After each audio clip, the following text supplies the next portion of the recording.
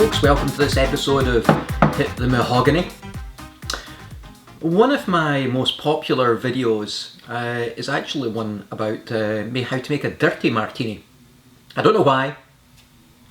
Maybe people are attracted to martinis. Maybe it's the thought of me getting dirty or filthy. I suspect it's not the latter though. So, on this episode, we're going to keep up with the hedonists, but we're going to drop down south. Not down to the gutter, but we're going to go down to Mexico, and we're going to do a little bit of a twist on the Dirty Martini. We are going to do a Dirty Tequila Martini. Now, as I was looking into this one, I got taken off on a complete tangent. And this tangent took me to this drink. I follow F1. I won't touch upon the politics between Mercedes and Red Bull, but you know, the fact that I commented on it, clearly it's on my thoughts.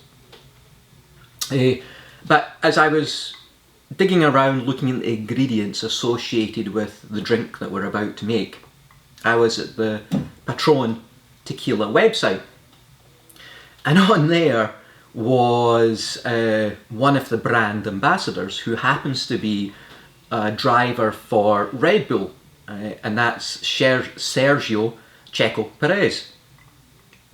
And as I was looking at that, I was like, that's interesting. You know, he's Mexican. Anytime if you've seen any of the races when the Mexican fans are there, and Checo or any of the Mexican drivers are around there, they're just cheering. They're going crazy. And it turns out that Patron has a cocktail for every one of the circuits in the 2022 calendar for each of the races. And as I was looking at this one, the next race that is about to come up is the one at Silverstone. So they had a drink there called the Silver Negroni, which happens to be a Negroni, but instead of using gin, swapping out gin for their Blanco tequila or silver tequila. That's what I've got here. So I've got this as a little bit of an appetizer. Here's a little bonus for you. Now their recipe doesn't call for the equal ratios. It's 1.5 parts tequila, 1 part sweet vermouth, 1 part of Italian bitters, Campari. We'll use for this one. What I actually did though is I kept it to the traditional equal ratios all the way across there. And that's what I mixed up here. Stir all the ingredients together with ice, strain them out into your rocks glass over a king cube, orange slice or orange peel, and hey presto, you got it. Here's your little aperitivo to kick off the night. And it's actually pretty damn good.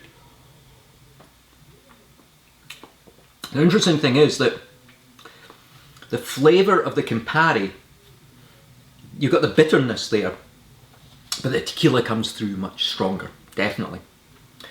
But it's nice, it's pleasant, and it does take away, it's interesting, you don't think of it as being Italian now, there is something different there.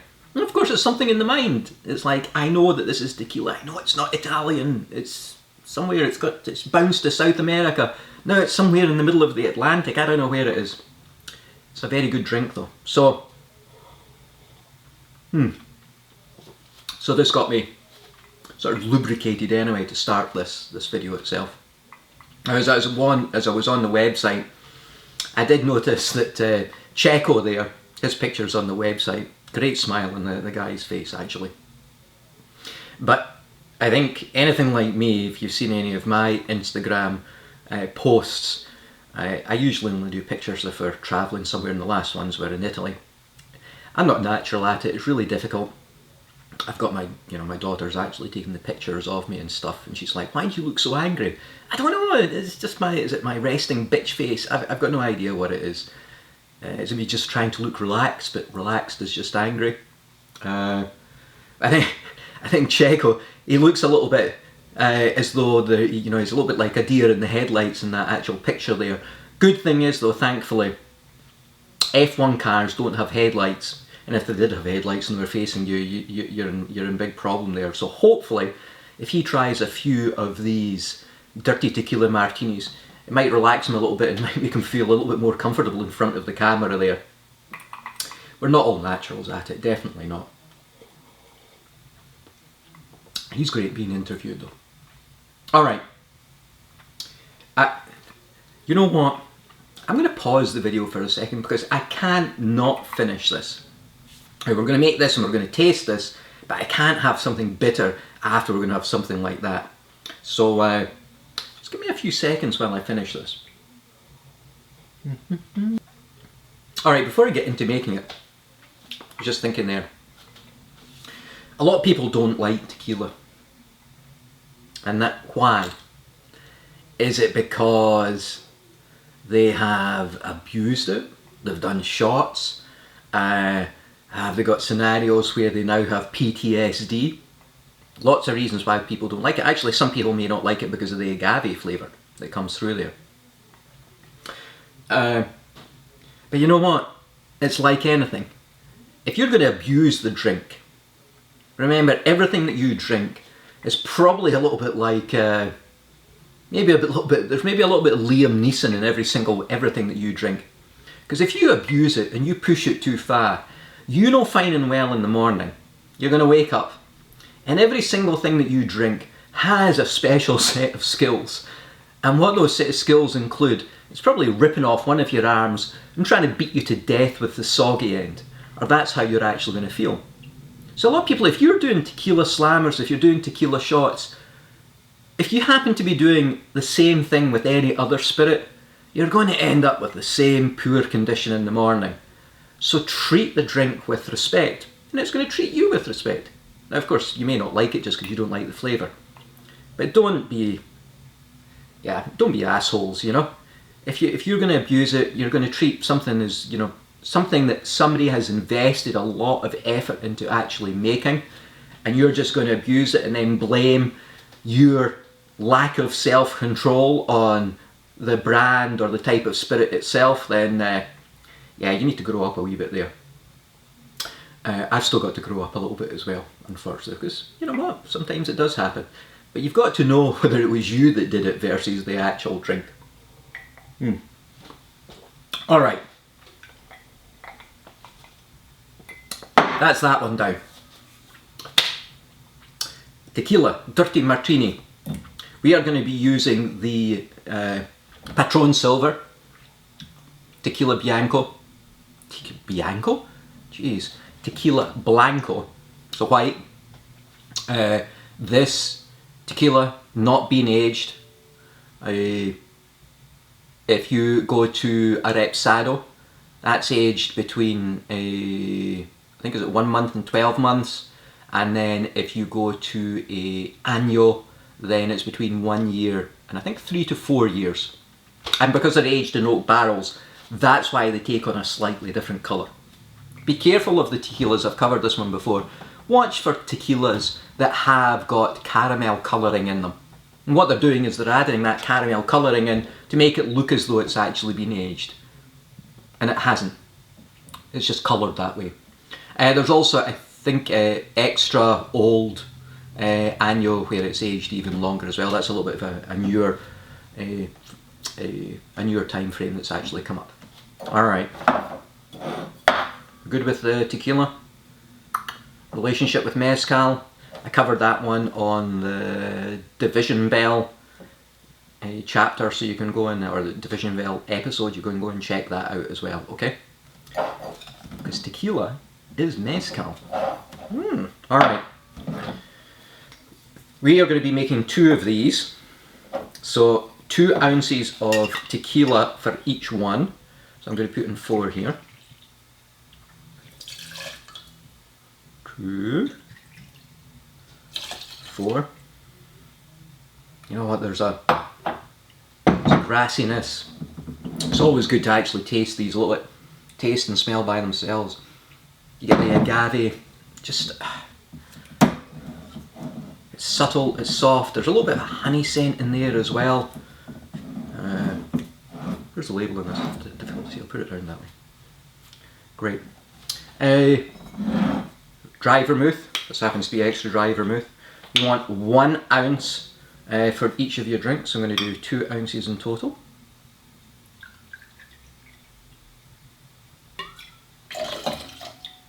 Ta-da. 2 ounces of vermouth.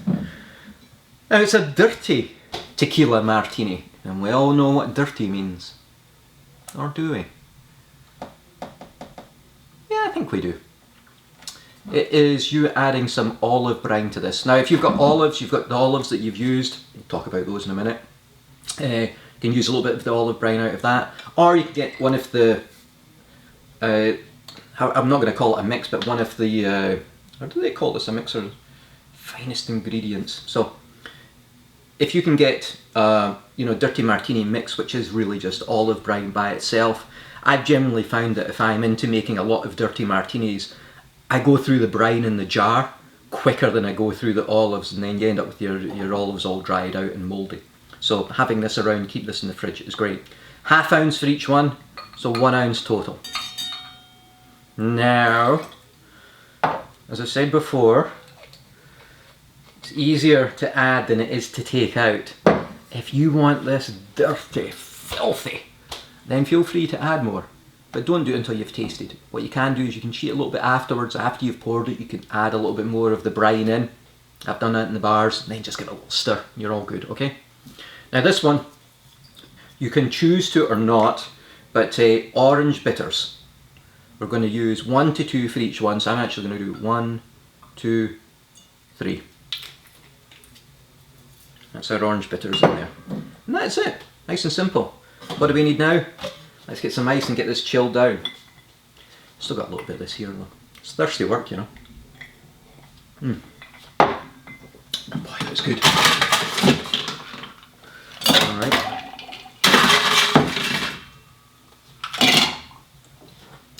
Is that? A little bit more. Again, we are doing this. You got a lot of spirits in there, so you're looking for dilution as well as chilling it down. Okay, here we go.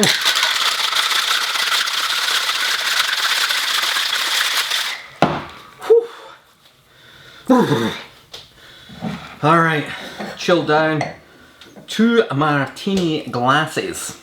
Alright, these are quite big ones, so the drink's probably going to look a little bit small in there. That's okay.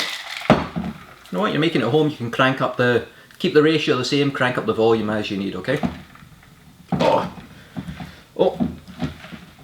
there we go. Top off. Let's get this strained out.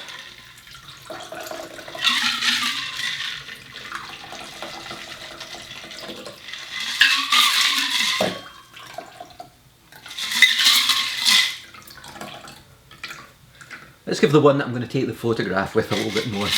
Alright, there we go. Bingo! Now, what goes into your dirty martini? Alright, well you can add various things. It's olives though, come on. Now, oh you know what, I forgot how to say it. Hold on, oh, now I've got it. The olives, not just regular pimento olives. If you see my Dirty Martini video,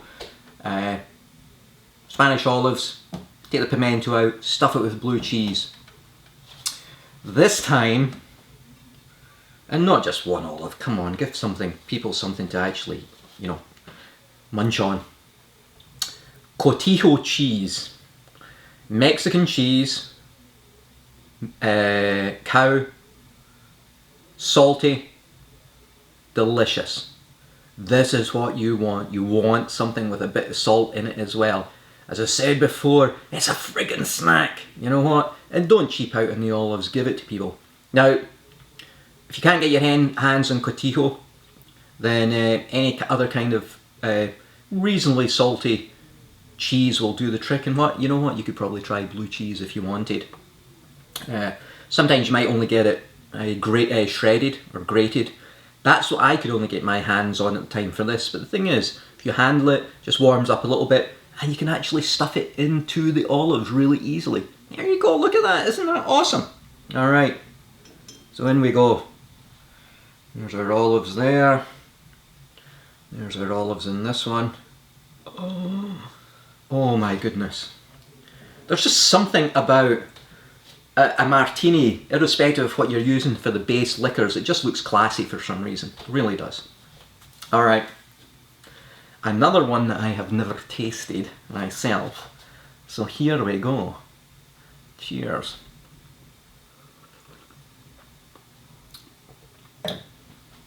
Oh! That's awesome. That's very nice. Why is it very nice? You know it's a dirty martini. You've got that saltiness, you've got that brine flavour, you've got the olive in the background. The vermouth comes through just beautifully at the end. But the tequila is the star of the night or day.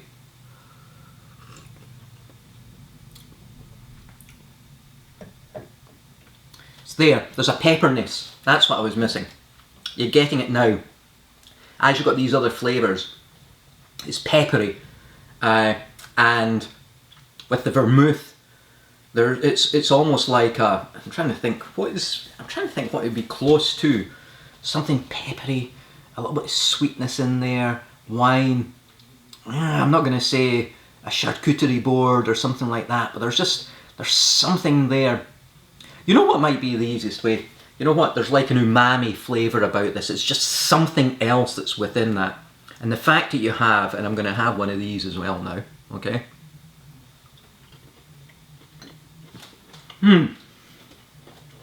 Oh, dude. My God. That's freaking awesome. Seriously. Cheese. A little bit of dryness there. Olive. Take a sip. It is, that's a marriage made in heaven. It really is. So, tequila blanco. The orange bitters, there's a little bit of bitterness at the end there. Not much. You can get away without it. I think it does add an extra little facet to the flavour profile there, definitely. But that's a winner big time. Alright. Okay, so we have our tequila martinis, or in this glass we have a polka dot tequini. Yeah, I know, okay, that was pretty cheesy, but you know, polka dot tequini, rip that off, you're going to get naked and bare with this one, definitely. But, as I said, treat your drink with respect and it will treat you with respect. And you won't have Mr. Neeson on the phone in the morning banging on your head with the soggy end of your arm, okay? On the phone and beating you. Alright, whatever. Alright, everybody, cheers. Enjoy your dirty tequila martinis.